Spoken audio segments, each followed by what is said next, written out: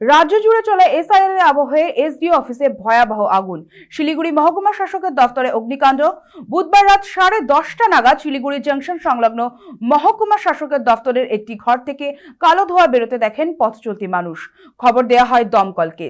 এই মুহূর্তে আমাদের সাথে ফোন লাইনে রয়েছেন আমাদের প্রতিনিধি সানি রায়। সানি, আরো বিস্তারিতভাবে আমাদের জানাবে। সানি, কিভাবে এই আগুন লাগলো, কারণ কি জানতে পারছো? একদমই তাই। দেখো পৃথা, তোমাকে জানাবো যে সে একেবারে যখন রাজ্যে বঙ্গে নির্বাচনী একেবারে ঘনিয়ে এসেছে এবং তার মাঝেই কিন্তু এসআইআর আবহ, এবং এই আবহেই মহকুমা শাসকের যে দপ্তর সেখানে অগ্নিকাণ্ডের ঘটনায় রীতিমতো চাঞ্চল্য এবং রাজনৈতিক তরজা শুরু হয়ে গিয়েছে। এটাকে আমরা দেখেছিলাম জলপাইগুড়ি জেলাতেও একই ঘটনা। যেমনটা প্রাথমিকভাবে জানা গেছে, দমকলের তরফে যেমনটা জানানো হয়েছে যে এখনো পর্যন্ত তারা যেমনটা জানতে পেরেছে, প্রাথমিক তাদের যে অনুমান শর্ট সার্কিট জনিত কারণেই কিন্তু আগুন লাগার ঘটনা।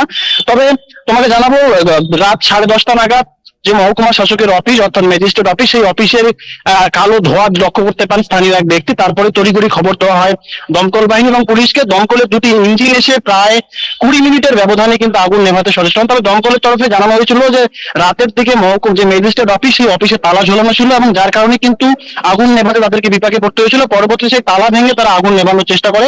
ইতিমধ্যেই দমকলের তরফে যেমনটা জানানো হয়েছে যে বেশ কয়েকটি কম্পিউটার এবং প্রিন্টার যে রয়েছে সেই প্রিন্টার কিন্তু ক্ষতিগ্রস্ত হয়েছে, অর্থাৎ একেবারে আগুনে ভস্মীভূত হয়েছে।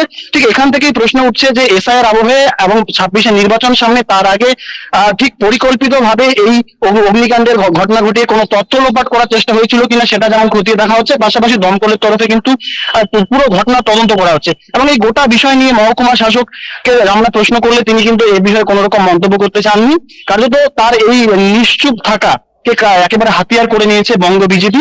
ইতিমধ্যে বিজেপির তরফে কিন্তু বিভিন্ন মাধ্যমে তারা পোস্ট করা শুরু করে দিয়েছে যে বারবার এসআইআর এর বিভিন্ন গুরুত্বপূর্ণ নথি একেবারে লোপাট করার কারণে কিন্তু উদ্দেশ্য প্রণীতভাবে এই অগ্নিকাণ্ডের ঘটনা ঘটানোর চেষ্টা চালানো হয়েছে বলে অভিযোগ করা হচ্ছে। তবে গোটা বিষয় একেবারে তদন্ত সাপেক্ষ।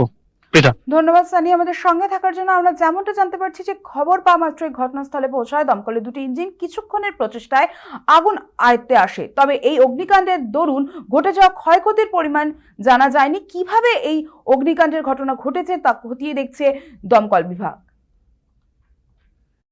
सर कैसे आग लगा? आग कैसे लगा? सर कारण क्या था? सर कारण क्या था? सर आग लगने का कारण क्या था?